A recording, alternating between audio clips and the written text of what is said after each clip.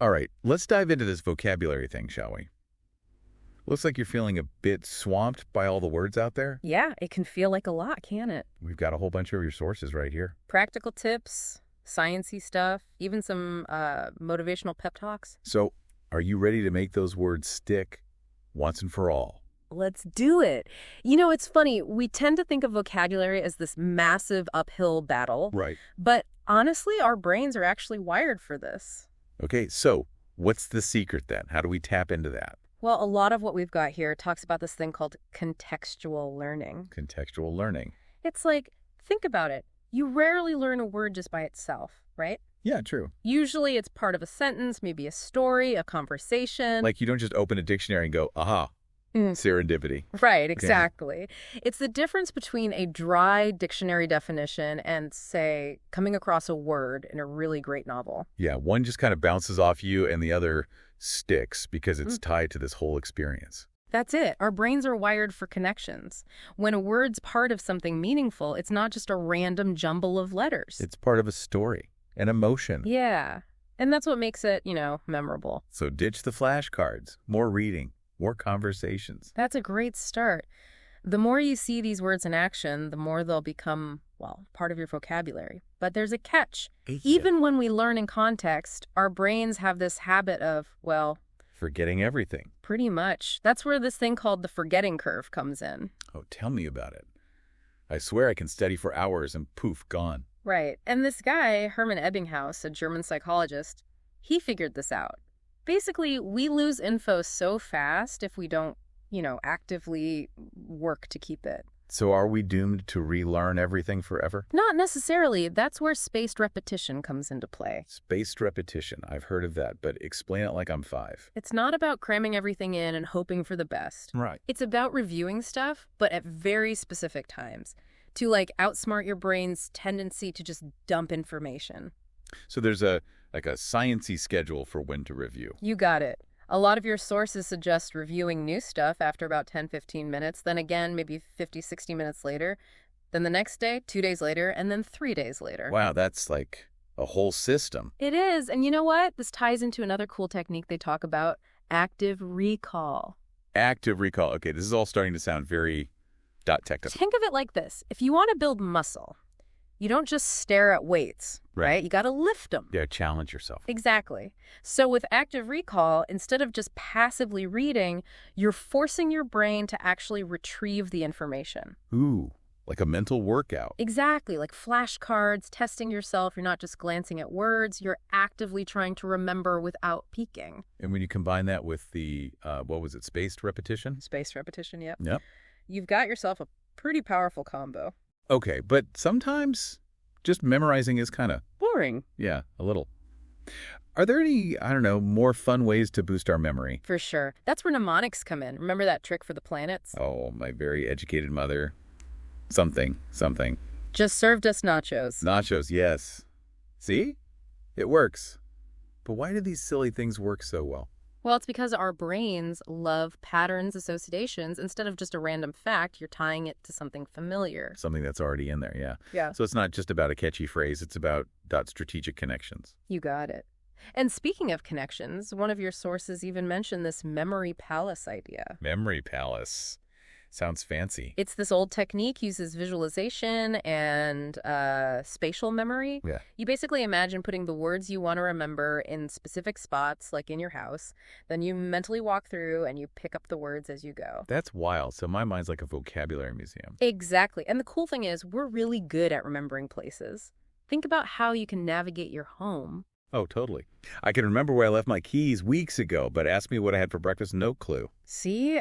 Our brains are wired for that spatial stuff. So I'm not just cramming words in. I'm giving them a little home in my memory palace. I got to try this. It's fun and way more effective than you'd think. But it's not all tricks and techniques, right?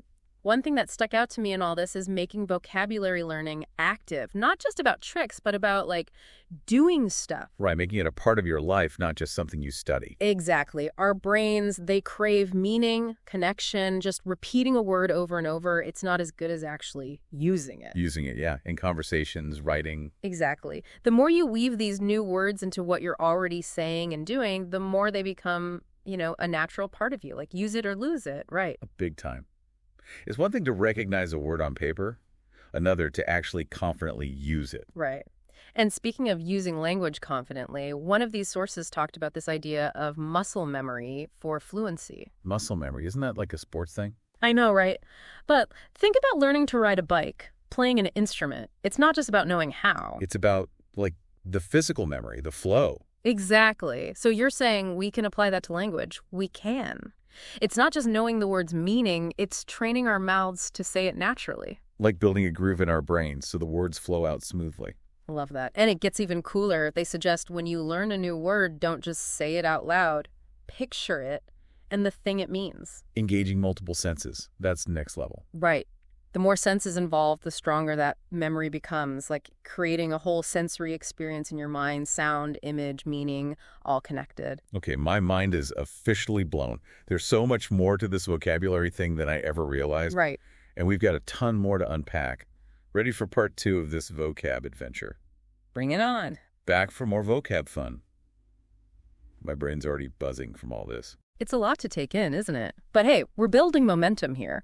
One thing I noticed, a lot of your sources talk about setting realistic goals, like little wins along the way. Oh man, goals. I'm the queen of setting these huge expectations and then getting totally bummed when I don't reach them. Right. It's like, why do we do that to ourselves? Instead of trying to memorize 1,000 words at once, why not focus on a few each day or each week? Yeah, smaller bites. Exactly. And don't forget to actually acknowledge your progress. Did you use a new word in a conversation? High five. Remembered a word from last week? Boom. Little victories. I love that. Celebrating the small stuff, like the little dopamine hits, keeps you going, Yeah. Speaking of motivation, one source had this really interesting take. He was talking about, like, reframing vocabulary learning, seeing it as an investment in yourself. Ooh, I like that. Like not just words, but investing in your own growth. Yeah. Your ability to think, to communicate, to, I don't know, just engage with the world better. That's a powerful way to look at it.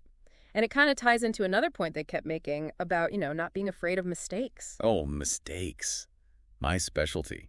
Especially with words. It's like I feel this pressure to get it perfect every time. Which is, let's face it, impossible. Totally. But it's hard to let go of that sometimes. It is. But honestly, everyone makes mistakes, even native speakers, all the time. What if we saw them as like learning moments? Instead of failures, yeah. Your brain's getting feedback, figuring out how to adjust, how to get better. Okay, so less pressure, more playing around with language. I can get behind that. Exactly. It's not about avoiding mistakes altogether. It's about using them to, level up. And remember, this whole language learning thing, it takes time. Patience. Oh, patience. Not my strong suit. But seriously, sometimes I get so caught up in finding the right way to learn, the perfect method, that I forget to actually, enjoy it. Ah, yes. The right way. A lot of your sources talk about finding a style that works for you and making it fun, of course. Fun. Right. Because who doesn't love a good time? But seriously, there's no one-size-fits-all here, is there? Nope. Some people love flashcards, some people love podcasts, some people want to write, some people want to role play, So it's about experimenting. Being a vocab detective, finding what clicks. Exactly. One source even mentioned Scrabble and Boggle, word games. Sneaking in the learning while having fun. I can dig it. And, another thing that keeps popping up for me, it's not just about individual words.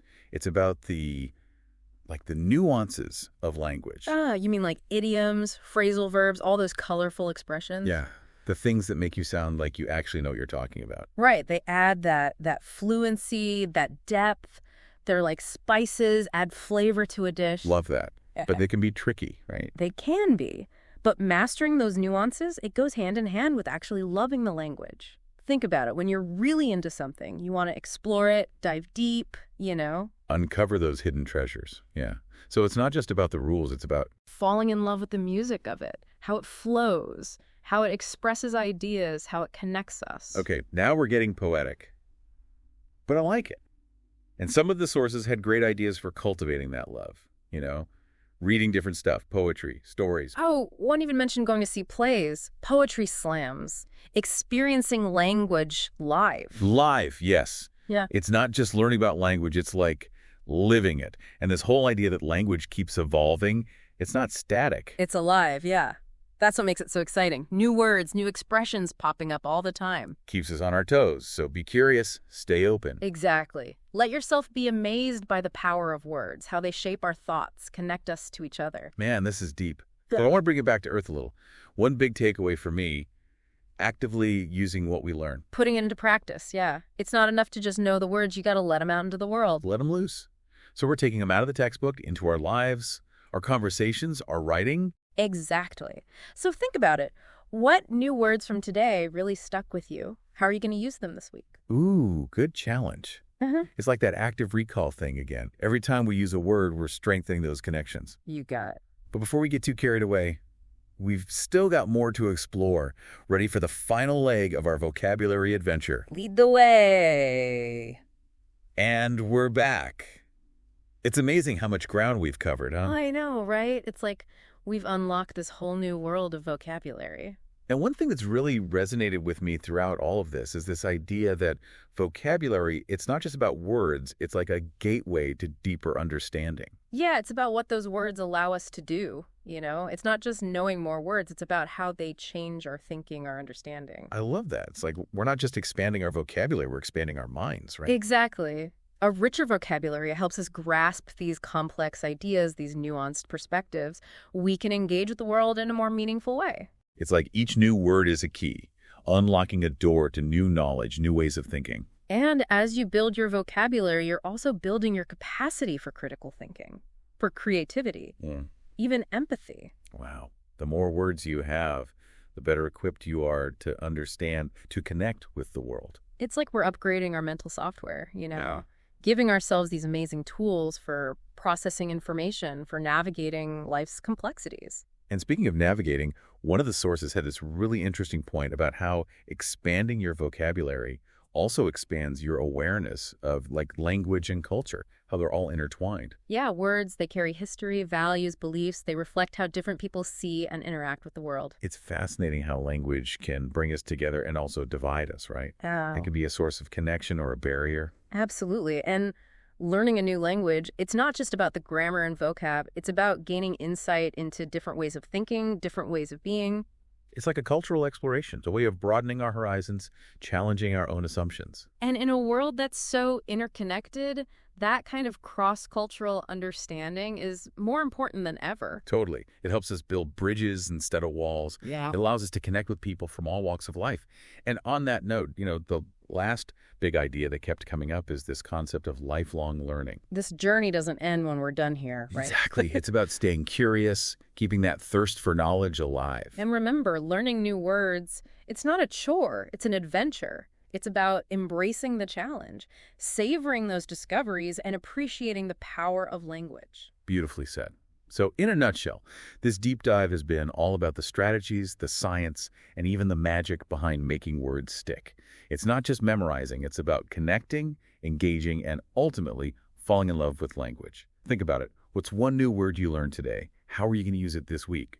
Keep those brains buzzing, word nerds, and until next time, happy learning.